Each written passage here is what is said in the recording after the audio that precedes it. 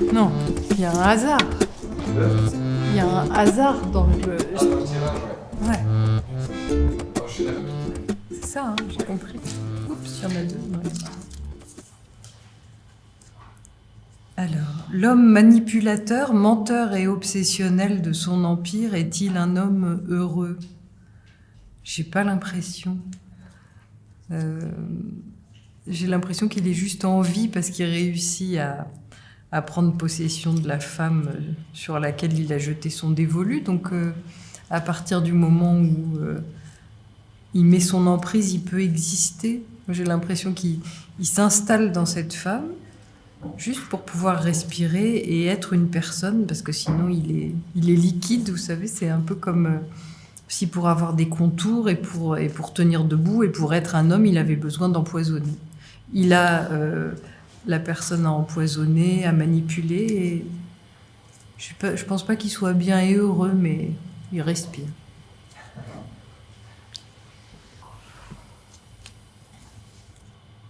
Comment travaillez-vous vos romans ? Alors c'est tout un départ déjà. Il y a ce que j'appellerais un appel, qui est une envie. Comme quand, je me dis toujours, c'est comme quand on dit j'ai faim ou quand on dit j'ai envie d'aller courir. C'est un appel qui est physique. Je pense qu'il y a une nécessité beaucoup plus physique que mentale ou volontaire à dire des choses. C'est vraiment exactement comme manger, ça doit faire partie de la journée parce que ça fait partie de moi, pas forcément de ce que j'aime faire, hein, mais c'est vraiment ce qui me constitue. Donc comment je travaille? Au départ, c'est cette quête perpétuelle et à la fois pleine et vide et tout le temps de tiens mais qu'est-ce que je peux écrire, tiens qu'est-ce que j'écris, tiens qu'est-ce que je suis en train d'écrire, et puis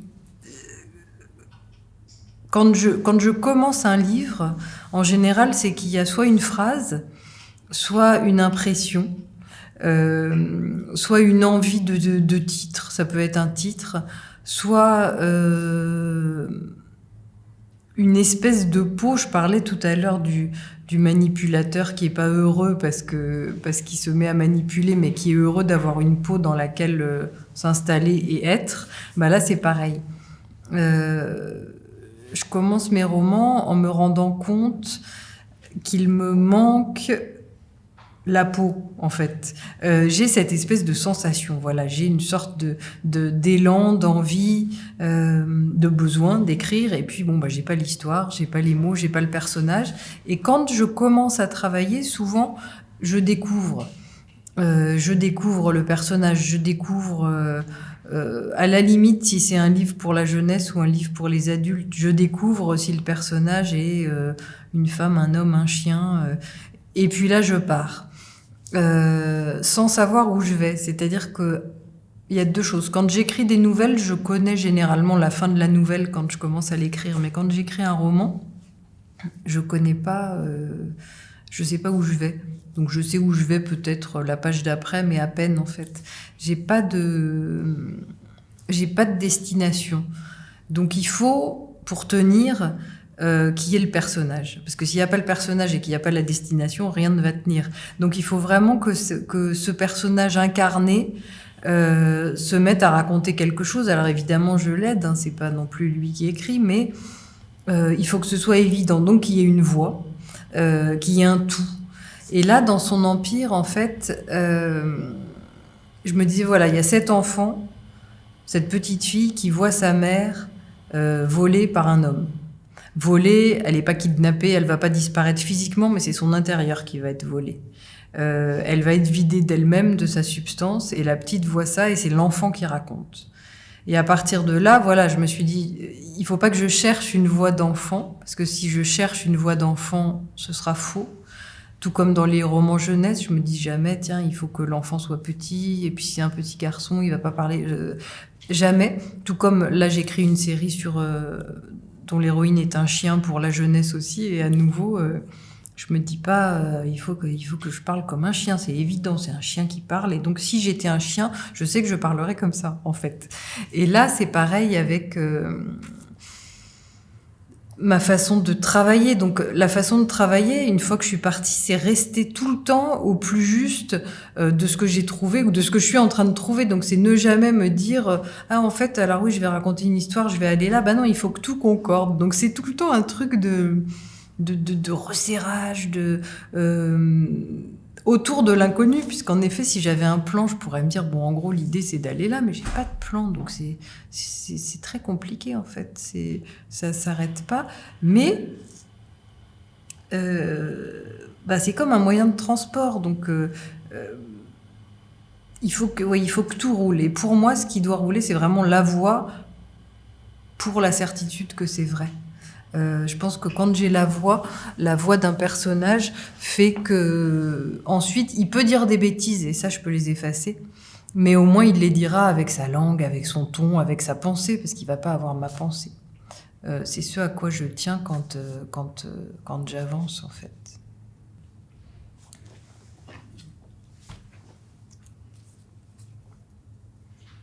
Qu'est-ce qui vous rend heureuse ? J'ai déjà eu des moments mais d'extrême bonheur. Alors le jour de mon accouchement, et quand je marche dans la montagne et dans la haute montagne avec mon mari et que je me dis il y a tout. C'est-à-dire que il y a l'état d'épuisement du corps qui permet une pensée magique un peu annexe, accessoire, une espèce de rodéo.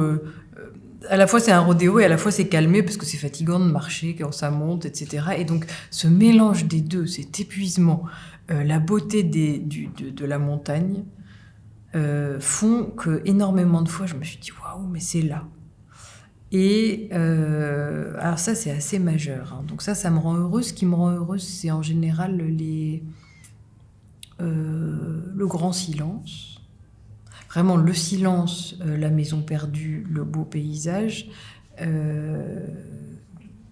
voilà, souvent, enfin tout le temps en fait, hein. C'est vrai qu'il n'y a pas de peine qui ait survécu à ce genre d'espace en fait. Comment commence-t-on un roman ? J'ai peut-être un peu répondu. C'est ça, c'est vraiment... Bon, c'est l'appel, je sais pas ce que c'est comme appel, mais c'est l'appel du plein, c'est pas l'appel du vide en même temps.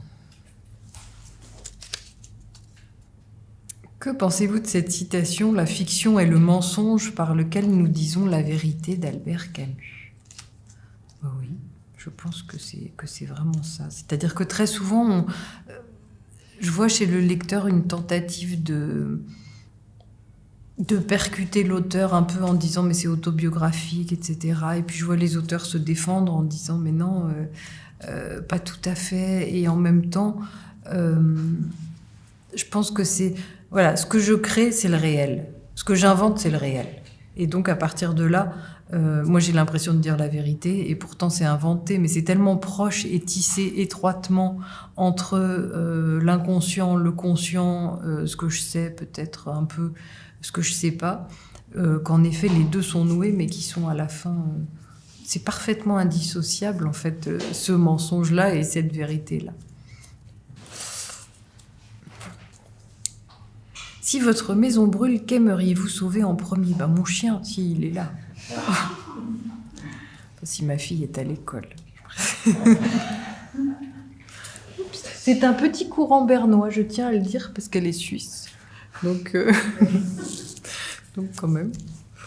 Alors, avec quel écrivain décédé, ressuscité pour une soirée, aimeriez-vous boire une bière au coin du feu ? Ah ben, j'avais un ami qui s'appelle Bernard Desportes, qui était écrivain, et avec qui on buvait souvent des bières ou autre chose au coin du feu. Et je donnerais beaucoup pour que ça arrive encore. Et lui, on parlait beaucoup justement de ce rapport... enfin, c'est même pas assidu, c'est de cet essentiel corporel, de cet essentiel physique à écrire une fois que ça fait partie enfin, une fois que c'est là, en fait, et que le reste est rien. Et oui, il avait publié des beaux livres, vous verrez, chez Nadeau. Non, c'était bien. Pourquoi écrivez-vous ? Parce que j'ai beaucoup de mal à parler, à être dans la conversation et à être dans le rapport aux autres quotidien. Et je pense que mon envie d'écrire est vraiment née de ça. Et c'est pas une envie, mais là encore, je pense que c'était une nécessité parce qu'à l'âge où il s'agit de savoir ce que vous allez faire plus tard, etc., je me suis dit c'est très compliqué de voir des gens tous les jours et d'être efficace dans la parole et dans le contact et dans la relation. Moi, je sais qu'après une journée de salon du livre comme ça, il y a des bruits qui vont sortir, mais je vais vraiment avoir... S'il fallait refaire ça demain et après-demain, etc., je crois que j'y arriverais pas physiquement, là, pour le coup. J'ai un quota de mots réduit à l'oral. Donc, pour moi, écrire, c'est vraiment la façon de dire la plus rapide, la plus vraie, la plus juste, la plus moi. Et écrire, quand j'ai découvert ça quand j'étais enfant, même si j'écrivais pas forcément des livres, j'ai vraiment vu à quel point la bulle de bien-être provoquée par le moment d'écriture, quelle que soit la chose qu'il contenait ou qu'il contenait pas à la fin, mais je veux dire écrire une lettre, être dans ma chambre, être dans une ambiance bullaire, quoi. C'était, je trouvais ça absolument magnifique en fait, et de me couper du monde et de me dire même si je suis, je sais pas, dans un espace bondé. Alors je dis ça, c'est pas tout à fait vrai parce qu'en général il y a du bruit, mais j'ai découvert des super boules qui est. Mais de me dire il y a toujours la possibilité d'avoir un monde total avec l'espace d'un clavier d'ordinateur comme ça sur les genoux. Donc en fait, je vais m'en sortir. Voilà, enfin une fois que c'est là, c'est très vaste. Et donc, et c'est beaucoup plus vaste pour moi que la parole, parce que je sais que j'aime pas débattre, j'aime pas. Toujours l'impression, par exemple, si je vais à un dîner chez des gens, je me dis, mais en gros, une fois qu'on s'est assis et que le trajet de là où j'enlève mon manteau à l'endroit où on s'assoit, je me dis, ça y est, on a tout dit, qu'est-ce qu'on va faire après ? Et en fait, c'est trop. Je sais pas, moi, j'arrive pas à faire plus, en fait. Alors que si j'écrivais le dîner, j'aurais proposé, si j'écrivais le dîner, je suis sûre que j'aurais envie de rester. Bah, si on me mettait dans un coin en me disant, bah, alors écris, j'arriverais mieux à passer l'épreuve, en fait. Que pensez-vous de cette citation « Il n'est rien comme la jalousie pour absorber un être humain tout entier » de Milan Kundera. Je pense que quand quelqu'un écrit, la jalousie, le différent, le deuil, etc., devient une matière à cristallisation unique. Donc en fait, ce sont plutôt des états un peu recherchés ou jamais maudits. Moi, je trouve que tous les états comme ça, un peu auxquels normalement on ne devrait pas avoir droit, vous savez, comme si c'était un peu maudit de ressentir ceci ou cela de négatif. Moi, je pense que tous les états négatifs sont extrêmement bons, parce que c'est ce qui fait qu'on n'est pas dans vous savez, dans l'instant présent et dans la méditation, quoi. C'est tout l'inverse et c'est très bien parce qu'on n'est pas des animaux finalement. Donc, moi, j'aime bien me dire que je vis pas juste la joie du moment présent. De toute façon, je sais pas le faire. Et donc, je suis toujours ou dans le souvenir ou dans l'anticipation. Je suis l'inverse de ce qu'il faut être. Mais maintenant, je milite dans ma tête seulement pour justement cet état beaucoup plus vrai. Parce qu'en fait, je pense que si on avait voulu nous dire d'être dans l'instant présent, on nous aurait dit... on nous aurait fait animal, en fait. Donc... ouais, la jalousie,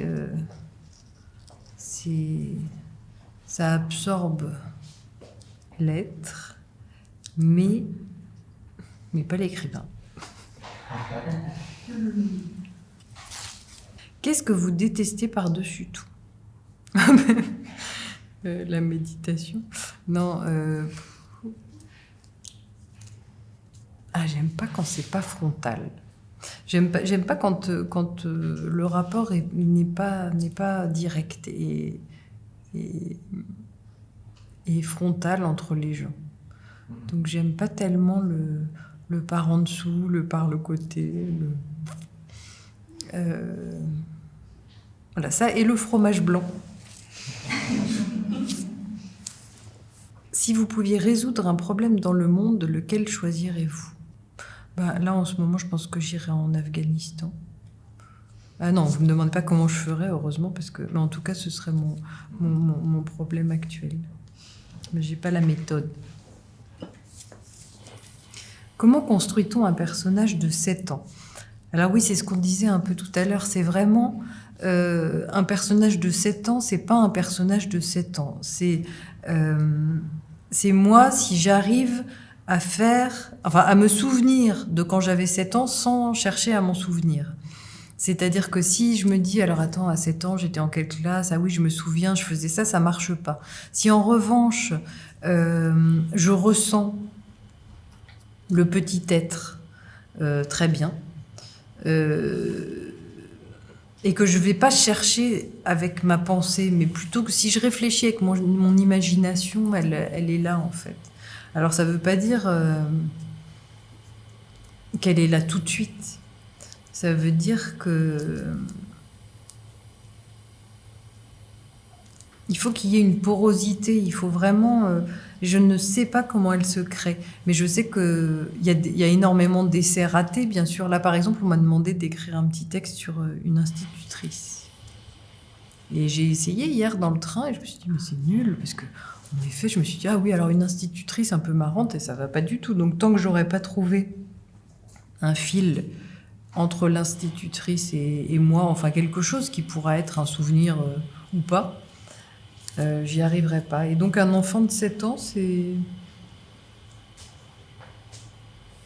en plus, il faut vraiment que je me retrouve, moi, à ce moment-là, avec les convictions et la pensée d'un enfant, parce qu'en effet, un enfant ne s'intéresse pas aux mêmes choses, et dans son empire, en fait, justement, la petite qui voit cette mère enlevée sous ses yeux par un homme a quelques clés, mais elle les a pas toutes. Elle connaît pas l'amour, elle connaît pas la relation amoureuse. Et donc, ce qui m'intéresse, c'est de voir cet enfant avec le cerveau de l'époque et la connaissance qu'elle a. Et donc, non, je crois que c'est tout sauf fabriqué. C'est ressenti, c'est comprise, admise, il y a un truc comme ça. Parce que je veux pas non plus être en empathie comme s'il fallait la sauver, c'est pas ça, en fait, il y a un truc aussi où il faut qu'elle me comprenne pour qu'on puisse faire la route. Il y a des petites filles, en plus je les regarde pas, enfin...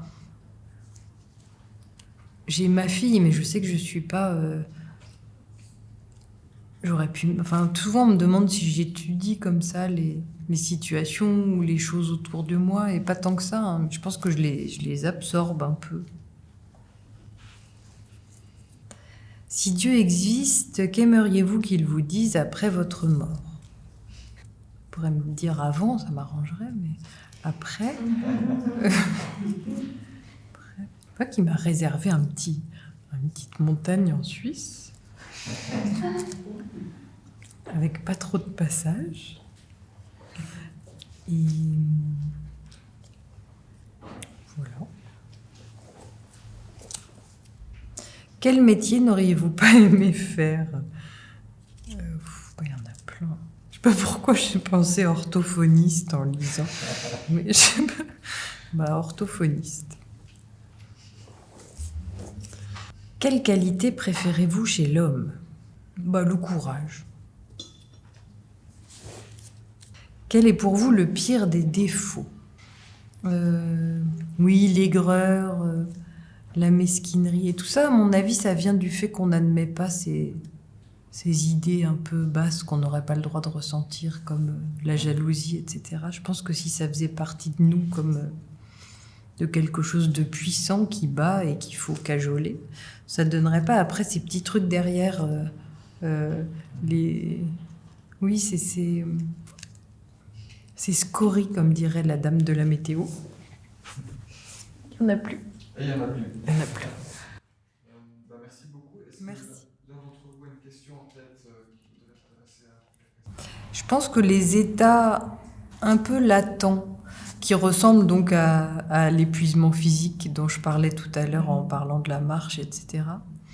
Je pense que tous ces états enclenchent non pas directement l'histoire, mais encore plus l'envie, où ça creuse le vide et donc ça provoque quelque chose. Ça provoque, ça provoque quelque chose d'un peu plus râpeux et il faut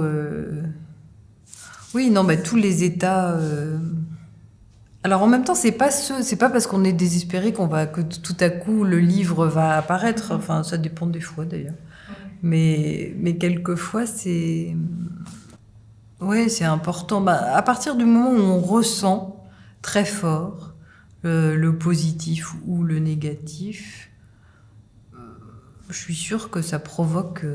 ça doit même être biologique, je pense. Ça provoque des... Je dis toujours endorphines parce que je connais pas les autres, mais des trucs. Et sans doute que c'est moteur.